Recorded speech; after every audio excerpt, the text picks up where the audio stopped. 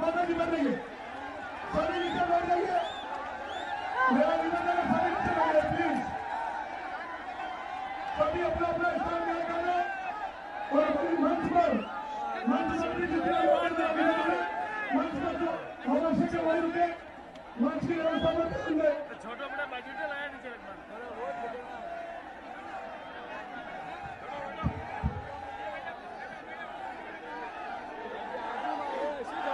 जाना करे गोमुत्र निर्भय मत की ठोर 100 वर्ष तपस्या करे जनगण पाने चित्तौर त्याग का विश्वास बलिदान की धरती पर माननीय योगी जी का स्वागत मैं स्वागत उद्बोधन के लिए सीपी जी से निवेदन करता हूँ। स्वागत उद्बोधन में माननीय सांसद बोले।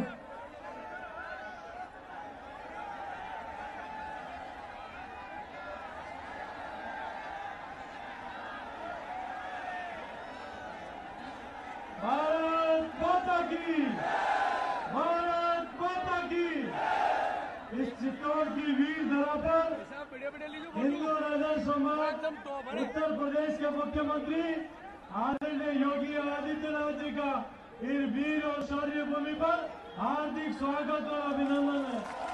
एक बार जोरदार ताली बजाकर मैं ज्यादा कुछ नहीं कहते हुए मैं सिर्फ इतना निवेदन करना चाहता हूँ कि मैं इस चित्तौड़ की तरह से आप सभी का आभार प्रकट करना चाहता हूँ कि जब पद्मावत वाला इशू उठा था तब देश में सबसे पहले जिस राज्य ने बैन किया वो योगी आदित्यनाथ जी ने बैन किया। भैया क्या कर रहे हैं? मैं भी निवेदन कर रहा था कि अलाउद्दीन खिलजी का उल्लेख चित्तौड़ के किले में था, उस शिलालेख पर वो शिलालेख हटवा दिया गया है। अब वहाँ कोई अलाउद्दीन खिलजी का इतिहास नहीं है। मैं आप सभी को आदरणीय मुख्यमंत्री जी का रहने की कारण से आभार प्रकट करना चाहता हूँ और ये निवेदन करता हूँ सिर्फ आपके पढ़ाने से यहाँ फतेह ही फतेह होगी। बहुत बहुत धन्यवाद। जय हिंद जय भारत। बड़ा ही हर्ष का विषय है हमारे चित्तौड़ जिले के फतेहनगर से काकरवा के आप रहने वाले हैं, हमारी धरती के लाल है और उत्तर प्रदेश का मुख्यमंत्री है। मैं निवेदन करता हूँ बड़े सम्मान से कि आप माननीय विधायक महोदय धन्यवाद देंगे। माननीय योगीनाथ जी का चित्तौड़गढ़ की शक्ति और भक्ति पर नगरी पर तदिल से स्वागत करता हूँ। धन्यवाद। जय हिंद जय भारत। बड़े सम्मान से निवेदन करता हूँ माननीय योगी जी पधारे और आशीर्वाद।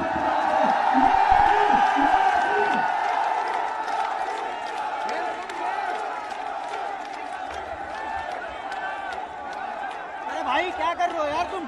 मेरे कैमरे के सामने आ रहे हो यार। भारत माता की अरे भाई थोड़ा इधर हो यार। जहाँ तक मेरी आवाज जा रही है तो चित्तौड़ की धरती है, यहाँ की आवाज पूरे देश तक पहुंचनी चाहिए और इसलिए मैं आप सबसे अपील करूंगा कि आप सब मेरे साथ जय घोष करेंगे। भारत माता की, भारत माता की, भारत माता की, वंदे वंदे वंदे। महाराणा प्रताप की, महाराणा प्रताप की। आज की चुनावी सभा में उपस्थित यार क्या कर रहे यहाँ हो? के माननीय सांसद सीपी जोशी जी, दिल्ली से माननीय सांसद श्री रमेश बिधूरी जी, भारतीय जनता पार्टी के जिला के अध्यक्ष श्री रतन लाल जी, जिला प्रभारी अभय जी वर्मा, जिला प्रमुख चित्तौड़गढ़ श्रीमती लीला जी जाट, सभापति सुशील शर्मा जी, चेयरमैन यूआईपी श्री सुरेश चंद जी जामर, प्रधान चित्तौड़गढ़ श्री प्रवीण सिंह जी राठौर, प्रधान धनेसर श्री चंदन बाला जैन, चेयरमैन सीकेएसबी बैंक श्री लक्ष्मण सिंह जिखोर, आज के इस कार्यक्रम में उपस्थित भारतीय जनता पार्टी के सभी पदाधिकारी और इस चित्तौड़गढ़ की प्रतिष्ठित सीट में भारतीय जनता पार्टी के लोकप्रिय प्रत्याशी श्री चंद्रभान सिंह जी और उपस्थित भाइयों बहनों,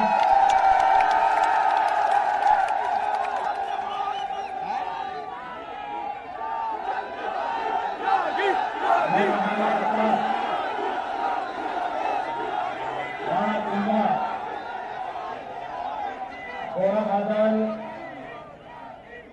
पन्नाधाय, महारानी पद्मिनी, वीर कल्ला राठौर जैसे वीरों और वीरांगनाओं की धरती को कोटि कोटि नमन करता हूं।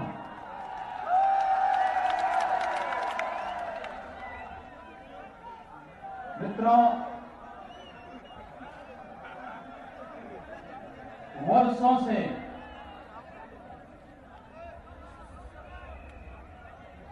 मेरी स्वयं की एक हार्दिक तमन्ना थी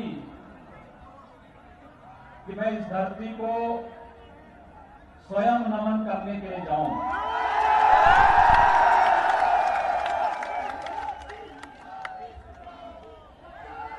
क्योंकि धरती भारत के राष्ट्रवाद की धरती है।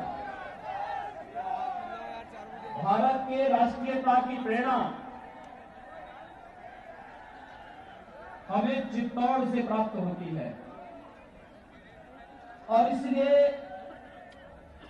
मेरी तमन्ना कई कारणों से थी। राष्ट्रवाद का मतलब क्या होता है,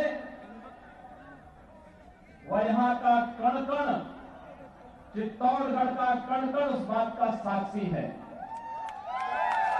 और इसलिए मैं वर्षों से मेरी एक तमन्ना थी कि मैं स्वयं चित्तौड़गढ़ जाकर के उस धरती को नमन करूं। और मेरे लिए और भी महत्व इसलिए रखता है कि महाराणा प्रताप की जिस वंश परंपरा ने भारत को स्वाभिमान और सम्मान के साथ जीना सिखाया, उस परंपरा को, बप्पा रावल की उस वीर परंपरा को आगे बढ़ाने में हमारे स्वयं के संप्रदाय महायोगी भगवान गोरक्षनाथ की इस परंपरा का भी अपना योगदान रहा है।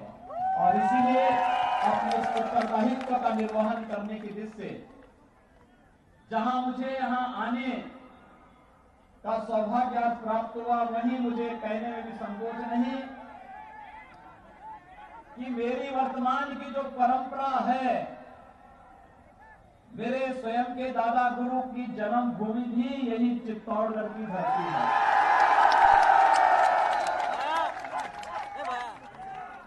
हम लोग रहते चित्तौड़गढ़ में, लेकिन अब आश्चर्य करेंगे कि हमारे यहां गोरखपुर में 100 वर्षों से महाराणा प्रताप के नाम पर अनेक संस्थाएं वहां संचालित हो रही हैं। लोग देख के ताज्जुब करते हैं। यद्यपि भारत का हर स्वाभिमानी नागरिक भारत की राष्ट्रीयता के लिए जिसके मन में थोड़ी भी श्रद्धा और सम्मान का भाव होगा, वह व्यक्ति महाराणा प्रताप की इस परंपरा पर गौरव की अनुभूति करता है। क्योंकि राष्ट्रीय स्वाभिमान क्या होता है, जातीय स्वाभिमान क्या होता है, इस देश ने महाराणा प्रताप की इस वीर परंपरा से इस बात को सीखा। और मुझे लगता है उसकी प्रेरणा स्थली है चित्तौड़गढ़ की धरती। और इसलिए देश के अंदर कहीं भी आप जाएंगे तो आपको महाराणा प्रताप के नाम पर संस्थाएं मिलेंगी, महाराणा प्रताप के नाम पर संगठन मिलेंगे, उनके नाम पर अनेक इस प्रकार के स्मारक मिलेंगे। लेकिन किसी सन्यासी के आश्रम की संस्थाओं का संचालन, किसी योगी के स्थान के संचालन, वहां पर चलने वाली शिक्षण संस्थाएं महाराणा प्रताप के नाम पर हो, ये बहुत कम देखने को मिलता होगा। और मुझे लगता है गोरखपुर में गोरखपीठ के द्वारा संचालित संस्थाएं महाराणा प्रताप के नाम पर ही संचालित होती हैं। और मुझे लगता है इसलिए क्योंकि महाराणा प्रताप की इस वीर परंपरा ने उस कालखंड में भी हम सबको सिखाया था। आप याद करिए, जब महाराणा प्रताप को बहुत सारे ऑफर मिले थे, ये ऑफर इस बात के मिले थे कि केवल एक बार अकबर को अपना बादशाह स्वीकार कर लें, लेकिन उन्होंने हरगिज उसको स्वीकार नहीं किया। उन्होंने घास की रोटी खाना स्वीकार किया, अरावली के जंगलों में रह करके सैन्य संगठन करके दुश्मन से लड़ करके देश के स्वाभिमान और सम्मान की रक्षा के साथ साथ अपनी जाति और अपने धर्म की रक्षा के बेड़े को महत्वपूर्ण माना, लेकिन कभी दुश्मन के सामने उन्होंने कभी भी न तो झुके, न डिगे, न हटे और यावत जीवन लड़ते रहे। इसलिए यह प्रेरणा की धरती है, भारत के राष्ट्रवाद की धरती है। और मित्रों, जब भी राष्ट्रीय स्वाभिमान की बात आएगी, जब भी जातीय स्वाभिमान की बात आएगी, जब भी धर्म राष्ट्र की रक्षा की बात आएगी, तो इस धरती से पूरा देश प्रेरणा प्राप्त करेगा। और प्रेरणा की इस धरती को इसलिए मैं आज आप सभी के सामने कोटि कोटि नमन करता हूं। मित्रों, मैं आज आया हूं आपके साथ कहने के लिए, एक तरफ ये विशाल उमड़ा हुआ जन समुदाय है और दूसरी तरफ मैं देख रहा हूं सामने ही चित्तौड़गढ़ का एक विशाल काय किला।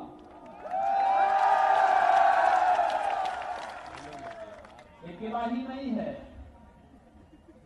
ये वास्तविक भारत के स्वाभिमान का प्रतीक भी है। चित्तौड़गढ़ ही नहीं, भारत के स्वाभिमान का प्रतीक भी है।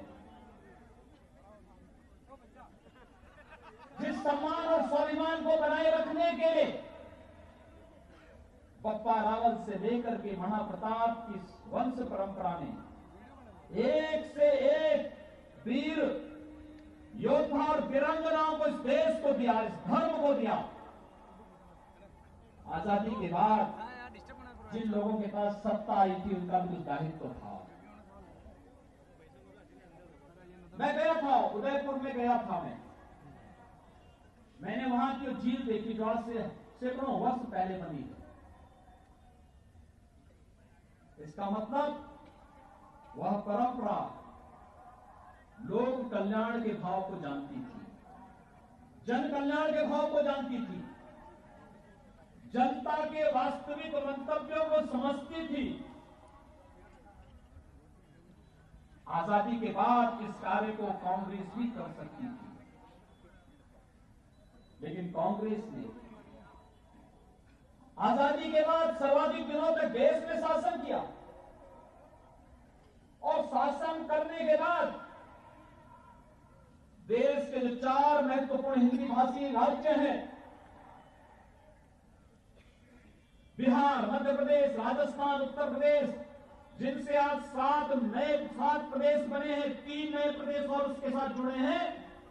मध्य प्रदेश से छत्तीसगढ़ बना, बिहार से झारखंड बना, उत्तर प्रदेश से उत्तराखंड बना। ये 7 राज्य देश के 7 हिंदी बाहुल्य क्षेत्र कांग्रेस ने सर्वाधिक समय तक शासन किया, लेकिन बदले में इन राज्यों के पीछे एक छाप छोड़ी बीमारू राज्य का। यहां न सड़क थी, न बिजली थी, न पानी था, न स्कूली शिक्षा थी, न स्वास्थ्य की उत्तम व्यवस्था थी, कुछ भी तो नहीं दे पाई। और तो और कांग्रेस ने बदले में दिया क्या? आतंकवाद दिया, नक्सलवाद दिया, भ्रष्टाचार दिया। क्या कर रहे हैं यार? देश में कांग्रेस और करप्शन एक दूसरे के पर्याय बन गए और इस देश में नक्सलवाद, इस देश में आतंकवाद कांग्रेस की नाजायज उपज बन करके इस देश की पीढ़ी को ही निरंतर दिखाई देने लग गई। यही अंतर है मित्रों।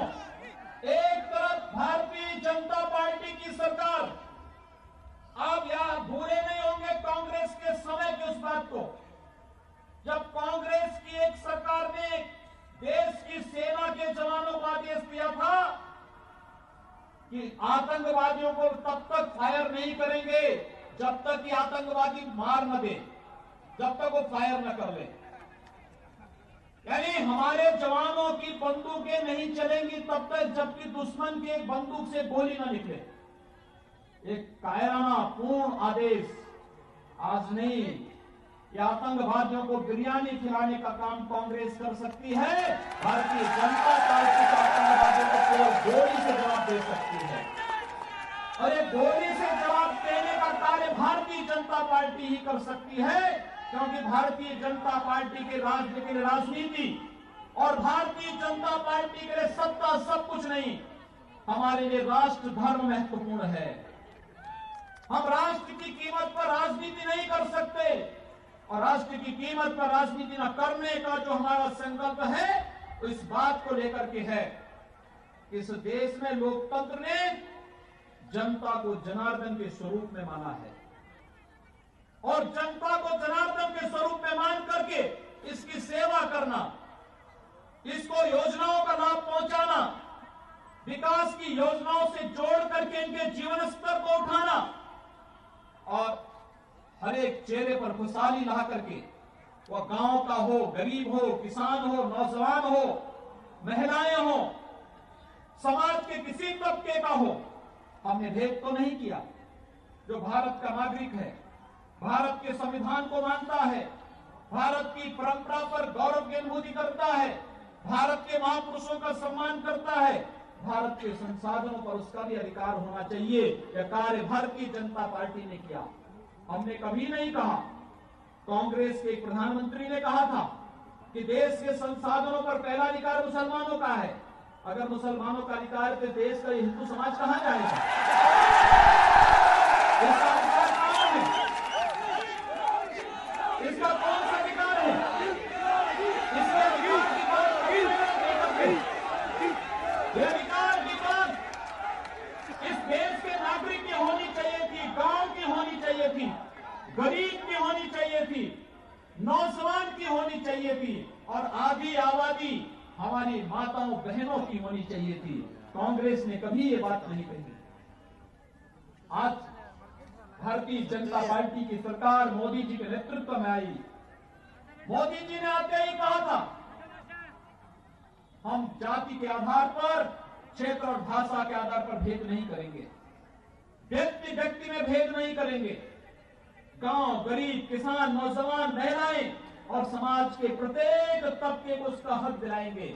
32 करोड़ परिवारों के बैंक में खाते खुले। लोग कहते थे खातों से क्या होगा?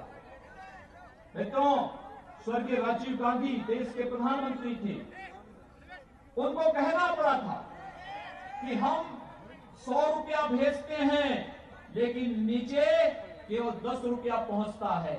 ये 90 रुपया कहां जाता था? मित्रों, 90 रुपया कहीं और नहीं जाता था, एक कांग्रेस के दलाल सब पैसा हजम कर जाते थे। ये 90 रुपया कांग्रेस के दलाल हजम कर जाते थे, जनता तक नहीं पहुंचने देते थे। और इसलिए मोदी जी ने सबसे पहले आकर के क्या काम किया कि हर गरीब का खाता खोला, और डीबीटी के माध्यम से उन्होंने कहा कि जो पैसा भेजेंगे दिल्ली से, जो पैसा आएगा जयपुर से, वह गरीब के अकाउंट में जाएगा। बीच में सेंधमारी कांग्रेस की बंद हो जाएगी, दलाली बंद हो जाएगी, तो गरीब को उसका हक मिल जाएगा।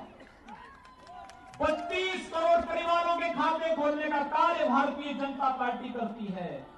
मित्रों, इस देश के अंदर 12 करोड़ परिवारों के पास शौचालय नहीं था। ये शौचालय देने का कार्य करती है मोदी जी की सरकार और भारतीय जनता पार्टी की सरकार। ये शौचालय केवल एक शौचालय नहीं है, केवल व्यक्ति को स्वस्थ बनाने का अभियान नहीं है, ये नारी गरिमा का भी प्रतीक है। नारी गरिमा का क्या प्रतीक होना चाहिए? चित्तौड़गढ़ से ज्यादा कौन इसके महत्व को समझ सकता है? आपने महारानी पद्मिनी के जौहर को देखा है, और इसलिए इस नारी गरिमा के सम्मान को कोई दूसरा महसूस नहीं कर सकता, लेकिन इसको महसूस किया है देश के प्रधानमंत्री मोदी जी ने महसूस किया। हर गरीब के पास मकान होना चाहिए। ये मकान 8 करोड़ परिवारों को देने का कार्य भी किसी ने किया, मोदी जी की सरकार ने किया। 4 करोड़ परिवारों के पास विद्युत के कनेक्शन नहीं थे, उनको विद्युत का कनेक्शन देने का कार्य हो, या फिर 8 करोड़ महिलाओं को निःशुल्क रसोई गैस का कनेक्शन, यह कार्य भी भारतीय जनता पार्टी की सरकारों ने किया है। हमारे लिए कार्य जनता जनार्दन की सेवा के साथ साथ राम राज्य की आधारशिला को सुदृढ़ करना भी है। हमारा राम राज्य, हमारे आराध्य भगवान राम हमारी आस्था के तो प्रतीक हैं ही, एक गरीब की रोटी और सम्मान के प्रतीक भी हैं। और इसलिए हमने राम राज्य की अवधारणा को साकार करने के लिए शासन की योजनाओं को उन गरीबों तक बेझिझक पहुंचाने का कार्य भारतीय जनता पार्टी की सरकारों ने किया। मैं पूछना चाहता हूं चित्तौड़गढ़ के वासियों से, महाराणा प्रताप के अरावली के जंगलों में देश के उस स्वतंत्र समर की लड़ाई को लड़ने के लिए उस समय अगर किसी एक महापुरुष ने योगदान दिया था, यहाँ के वीर थे, यहाँ के मीना थे, यहाँ के अन्य नागरिक थे ही, लेकिन भामा शाह का नाम भी अग्रणी पंक्तियों में आता है। और भामा शाह के नाम पर स्वास्थ्य बीमा की योजना भी अगर किसी ने चलाई, श्रीमती वसुंधरा राजे जी के नेतृत्व की भारतीय जनता पार्टी की सरकार ने चलाई। मित्रों, ये वे महापुरुष हैं वास्तव में जिन्होंने आधुनिक भारत की नींव को सुदृढ़ किया है। उनकी प्रेरणा, उनका आदर्श आधुनिक भारत की नींव को सुदृढ़ करता है, मजबूत करता है। आज दुनिया भारत की तरफ आशा भरी निगाहों से देख रहा है, इसलिए क्योंकि उसे मालूम है महाराणा प्रताप का शौर्य पराक्रम, उन्हें मालूम है भामा शाह की त्याग की वृत्ति, उन्हें मालूम है महारानी पद्मिनी का जौहर का व्रत, उन्हें मालूम है पन्ना धाय का वह संकल्प जो एक अपनी सत्ता के प्रति जो एक समर्पण का भाव होना चाहिए, वह कैसे होना चाहिए। अपने पुत्र को बलिदान करूंगा लेकिन राजपुत्र पर आंच नहीं आने दूंगी, ये जो भाव था यहाँ की धरती ने दिया है। और इसीलिए मैं आप सबसे अपील करने के लिए आया हूं। मित्रों, नेतृत्व की बात आप देखें, भारतीय जनता पार्टी के राष्ट्रीय स्तर पर, राज्य स्तर पर नेतृत्व, देश और दुनिया का सुयोग्य और यशस्वी तेजस्वी नेतृत्व मोदी जी के नेतृत्व में भारतीय जनता पार्टी के पास। लेकिन कांग्रेस में राहुल गांधी पर तो कांग्रेस के नेता विश्वास नहीं कर रहे। मैं आज एक पेपर पढ़ रहा था, एक इंजीनियरिंग का छात्र 17 बार फेल हो गया, तो वहां के कॉलेज ने उसको कहा कि भाई देखो तुम्हें एडमिशन नहीं मिलेगा, तो कोर्ट में गया, तो सुप्रीम कोर्ट को कहना पड़ा कि भैया कुछ देश पे रहम कर लो, तुम 17 बार फेल हो चुके हो, अगर इंजीनियर बनोगे तो देश का भला तो नहीं कर पाओगे। और वैसे ही राहुल गांधी के नेतृत्व में कांग्रेस 17 चुनाव हार चुकी है। और हम भी कहेंगे कि जनता जनार्दन को राहुल गांधी से कहना चाहिए कि अब इस देश पर रहम कर दो, कोई दूसरा काम ढूंढो, राजनीति से कम संन्यास ले लो। अरे जब आपकी स्वयं की पार्टी विश्वास नहीं कर रही है तो देश क्या विश्वास करेगा। और वही बात राजस्थान के अंदर कांग्रेस के नेतृत्व पर भी है। मित्रों, भारतीय जनता पार्टी के श्रीमती वसुंधरा राजे का यशस्वी नेतृत्व एक छत्र नेतृत्व है, लेकिन कांग्रेस में आज तक मुख्यमंत्री पद के प्रत्याशियों को घोषित नहीं कर पाए। कौन होगा? डॉक्टर सीपी जोशी, रामेश्वर रूडी, अशोक गहलोत, सचिन पायलट, ये छीना झपटी कांग्रेस के अंदर होगी, नुकसान राजस्थान का होगा। और इसलिए आप सबसे मेरी अपील है, हम सबका संकल्प बजरंग बली का संकल्प है। बजरंगी संकल्प एक ही है। जब बजरंग बली माता सीता को ढूंढने के लिए लंका जा रहे थे और जैसे उन्होंने छलांग लगाई, मैनाक पर्वत उठ खड़ा होता है और कहता है बजरंग बली से कि थोड़ा विश्राम कर लो, तो बजरंग बली ने एक ही बात कही थी, राम काज की नहीं बिनो मोई कहां विश्राम। जब तक राम का काम नहीं होगा तब तक विश्राम नहीं होगा। और यही अपील मैं आप सबसे भी कहने के लिए आया हूं, हम सबका एक ही संकल्प होना चाहिए। और मित्रों, चित्तौड़गढ़ की धरती पर तो राष्ट्रवाद का एक कमल खिलना ही चाहिए, इसमें कोई संदेह आपने लोकसभा चुनाव में श्री सीपी जोशी को चुनाव जिता करके भेजा। और आज मैं आप सबसे अपील करूंगा, भारतीय जनता पार्टी ने श्री चंद्रभान सिंह जी आज्ञा को यहां से अपना प्रत्याशी बनाया है। इतनी भारी संख्या आपकी है और आप सबसे अपील करूंगा, आप में से अगर हर व्यक्ति 5-5 मतदाताओं को अपने साथ मतदान स्थल पर 7 दिसंबर को लेकर के चला जाए, मैं विश्वास के साथ कह सकता हूं इस जनपद की 5 सीटों पर भारतीय जनता पार्टी चुनाव जीतेगी। चुनाव कांग्रेस समेत सभी दलों के प्रत्याशियों की जमानतें जब्त होंगी और यही अपील करने के लिए हूं कि कांग्रेस समेत सभी दलों के प्रत्याशियों की जमानतें हो जब्त। भारतीय जनता पार्टी के प्रत्याशी चंद्रभान सिंह जी को भारी मतों से कमल चुनाव पर चुनाव जिता करके आप भेजें, यही अपील आप सबसे करते हुए वाणी को देता हूं विराम। जय जय श्री राम।